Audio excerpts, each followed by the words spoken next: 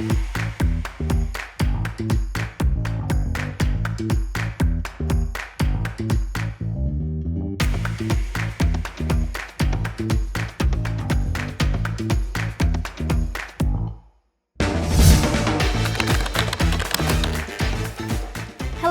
my name is Reise, and if you don't mind, I'd like to ask you a few questions about your job here. Well, that sounds lovely. Thanks. Can you tell me a little bit about yourself, your background, and what brought you to this job here? I am the chef of Primal and Pop Wine Bar here in Saskatoon in Riversdale. I became a chef probably over 25 years ago now. It's been a long time. I wanted to get really good at the essence of life, which is eating, feeding your family, feeding guests. I just think that cooking and cooking well is the most important skill you can have in this life. So that's what brought me to do what I do. You probably don't need any education, or do you need any education for this job? Well, so cooking, you can go to cooking school, but it is considered a trade. So in trades, you can also find someone who's doing that job that you want to do and go work under them and train and get your hours. So that's what I decided to do. I had already gone to university. I wasn't thinking that I liked to do any more schooling. So I went and found a chef who had the best restaurant in Canada at the time. And he was also on the Food Network. And so I went and got a job working under him. I worked for free for the first week, and then they started paying me.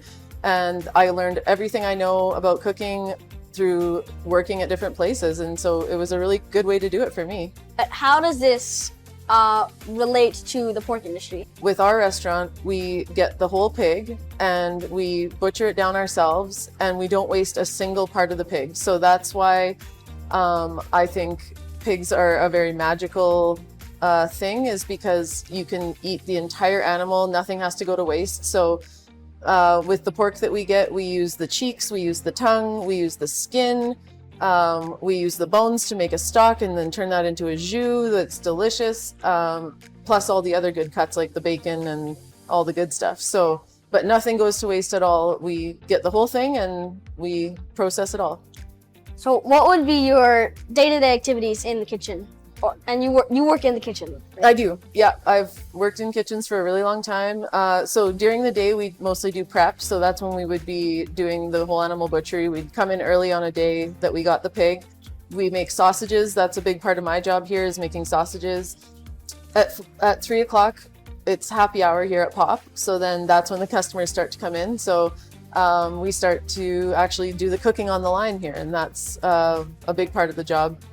The big overview about what I do, I would say I'm trying to provide my community with some food that is unique, high quality, seasonal, and sustainable. And so using the whole animal is very sustainable because you're not letting anything go to waste.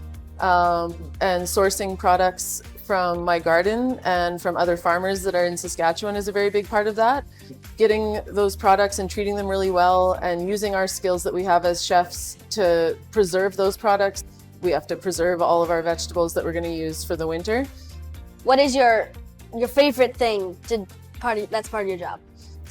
I think my favorite thing that's part of my job is making charcuterie. That's like the dry cured sausages and the hams and all the little things like that, because you can use all the little odds and ends, and it takes a lot of skill to know how to cure them properly. And it takes about from 3 to 6 months to do some of the curing processes. So it's kind of like you get so excited when it's time and the sausage is finally ready that you can cut into it, and it tastes so delicious and it's worked out.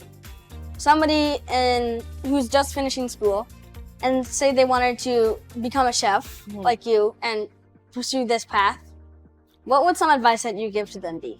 I'd say it's best to learn on the job, because you can either pay to go to school, and then when you're in school you're not getting as much practical experience of how it really is, or you can get a job at a young age, start in the dish pit and work your way up, and they actually pay you to learn. And the better you are at each job, the more you'll move up, and the faster you'll move up, and the more you're going to learn. Is there any necessary education or experience that they should have? There is, like, the food safety course is really good to have.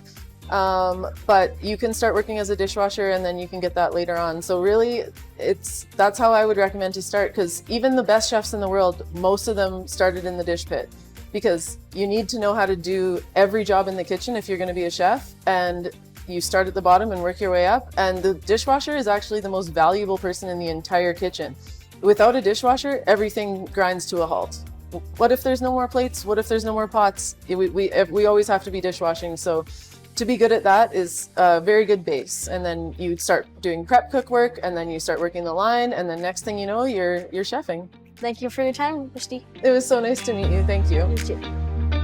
Thank you so much for watching The Whole Hog. We appreciate all of our sponsors for helping make this happen. Make sure to subscribe and check out all of our videos on YouTube.